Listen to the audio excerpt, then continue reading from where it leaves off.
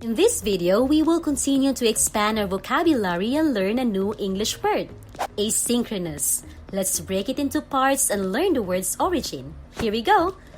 The root of the word synchronous comes from Latin synchronum, which means simultaneous or happening at the same time. Prefix a in Greek means not or without, and suffix ous in English helps form the adjective and means he, who, or that which. And so, asynchronous means that which is not happening at the same time.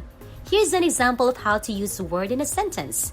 In my school, asynchronous learning was allowed so students could learn at their own pace. Now you have a new word in your word bank. If you want to learn more English words, make sure you subscribe by clicking the red button below so that you'll get my next video lesson, which is all about vocabulary. See you again!